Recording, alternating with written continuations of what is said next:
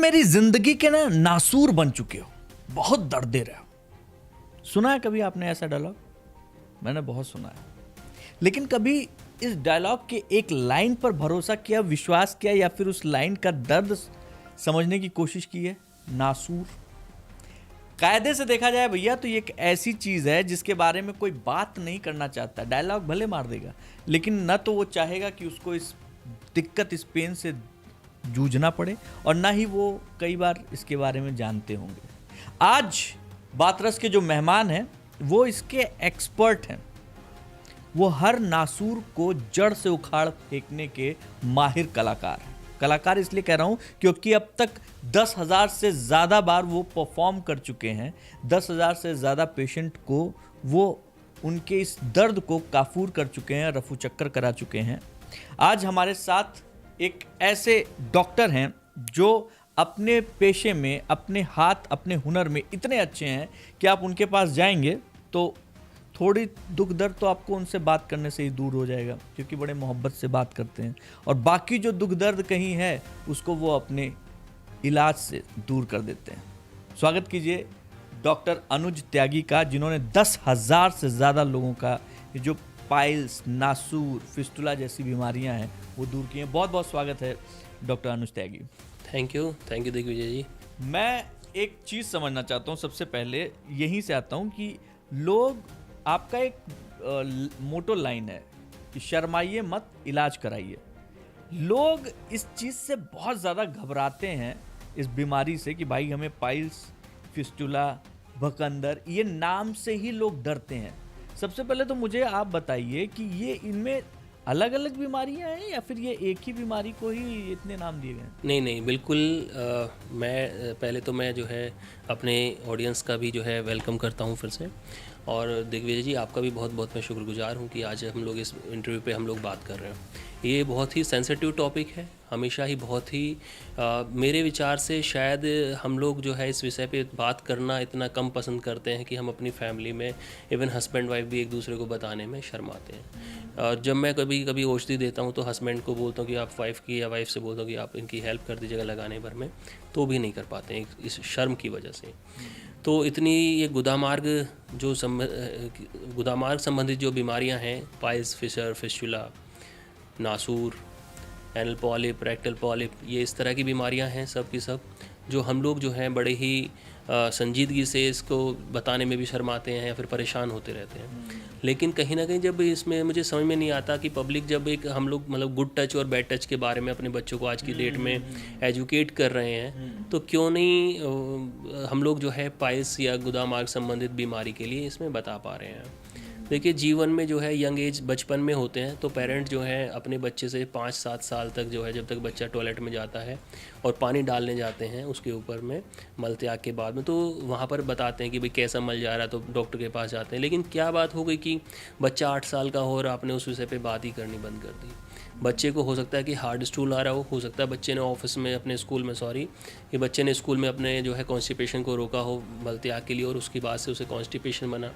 क्या दिक्कत है कि एक बेटी अपने पापा से या अपने भाई से या अपनी मम्मी से नहीं बता सकती कि अगर मुझे कॉन्स्टिपेशन है, कब्जियत है, तो मैं ब्लड उसको, उसकी वजह से ब्लड जा रहा है, खून जा रहा है, और वो बता नहीं सकती डर के मारे, जब वो उसकी एज 14 साल 17 साल हो जाती है। क्या कारण है इस सब के पीछे? और वो शर्माती रहती है। मोस्ट ऑफ द फीमेल्स को हम लोग ये समझते हैं कि जो पाइल्स, फिस्टुला जैसी बीमारियां होती हैं वो अपनी एक ज़्यादातर हम समझते हैं कि डिलीवरी होने के बाद में या प्रेगनेंसी के दौरान होती है। लेकिन यंग फीमेल्स में जो है ये 17, 18, 20 साल तक की एज में भी हो जाती है, बिकॉज ऑफ रीज़न कि उसको कॉन्स्टिपेशन बचपन से रहा और 17, 18 साल आते आते उसको कुछ छोटी सी स्किन जैसी लटकने के लिए बादी मस्सा या फिर हमें जो है फिशर डेवलप हो गया। और फिर चलते हैं जब उससे ज़्यादा दिक्कतें और दर्द आना शुरू हो जाता है, क्योंकि जैसे जैसे हम यंग एज में आते हैं हमारे मांसपेशियां भरती हैं, तो जो गुदामार्ग की मांसपेशियां होती हैं वो उनके अंदर में ताकत आनी शुरू हो जाती है।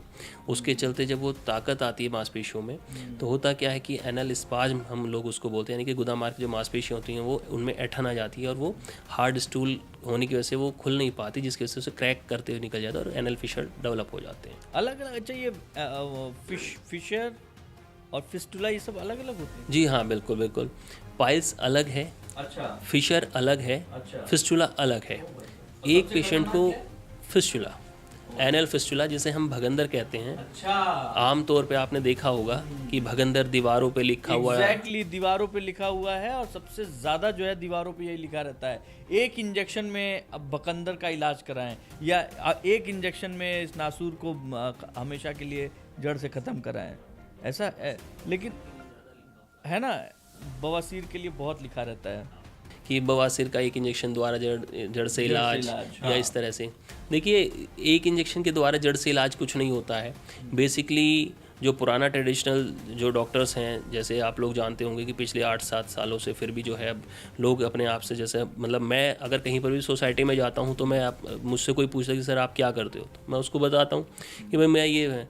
10 में से 5 लोग मुझे अपने आप बता देते हैं चुपचाप आकर के, सर वहाँ पर तो करेंगे, अच्छा सर थोड़ा सा आप इस काम को करते हैं, अच्छा।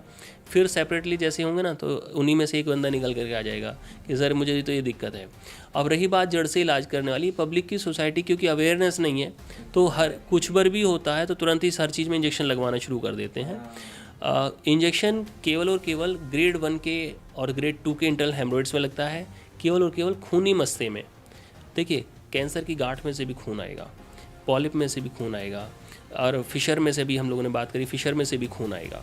तो जहाँ से भी थोड़ा सा छिलेगा, कटेगा, तुरंत खून आना शुरू हो जाएगा। तो क्या हर एक का इलाज जो है वो आपका इंजेक्शन ही हो गया? इंजेक्शन तो नहीं होगा, ठीक है। 3rd ग्रेड पर, 4th ग्रेड पर आने के बाद उसका जो treatment, line of treatment change हो जाता है। लेकिन हमारी क्या चॉइस है कि साहब इंजेक्शन के द्वारा ठीक कर दीजिए, ठीक है, इंजेक्शन। और दूसरी बात ये भी है कि जो इंजेक्शन लगा करते थे, जो पहले लोग ट्रेडिशनल डॉक्टर्स लगाते थे, उसमें एसिड, तेजाब के इंजेक्शन होते थे वो। जी हाँ बिल्कुल, उसके मतलब 40% केसेस ऐसे होते हैं जो फिस्टुला के होते हैं कि वो पेशेंट वो फिस्टुला में कन्वर्ट हो जाता है, क्योंकि तेजाब जब आप लगाते हो वहाँ पे मस्से में, तो वो सारे में गलन करता है। जब सारे में गलन करेगा तो मस्सा तो छिल करके चला जाएगा, डेड हो जाएगा, वहाँ की सारी कैपिलरीज हैं वो सब डेड हो जाएंगी। लेकिन अगर वो डीप मसल कोट में गया तो वहाँ से क्या होगा, आपको वो वहीं पे रिटेन कर जाएगा, फाइब्रोसिस डेवलप करेगा, लेटर ऑन आने के बाद वहाँ पे पस कलेक्शन होगा, मल फीकल मैटर उसके अंदर में जाएगा, लेटिन जाएगी उसके अंदर में, और वो फिस्टुला के लिए कहीं ना कहीं गुदामार्ग के आजू बाजू कहीं पे फोड़ा बनेगा, और फोड़ा बनने के बाद में आपको वो फिर फूट जाएगा। और देखिए, भगंदर का मतलब होता है, मैं जो फिस्टुला के लिए हम बता रहे थे कि फिस्टुला जो है, अब उस जो एक इंजेक्शन जड़ से इलाज लेने गए थे, 60 मरीज ठीक हो गए, वो 200 के हाथ पकड़ के ले जाएंगे, ठीक है, जो भी ट्रेडिशनल डॉक्टर के पास में। लेकिन जो बाकी डॉक्टर्स हैं, जो बाकी 40 मरीज हैं जिनका फिस्टुला हो गया, वो चुपचाप जो है इधर उधर फिर भटकते रहेंगे, या फिर उन्हें बाद में हमारे उसमें आना रहेगा कि भाई कहीं ना कहीं ढूंढ करके हम लोग एक जो है ट्रीटमेंट लें, फाइनली ये फिस्टुला कैसे कन्वर्ट हो गया, कैसे बन गया, फिर इस तरह की चीज़ें होती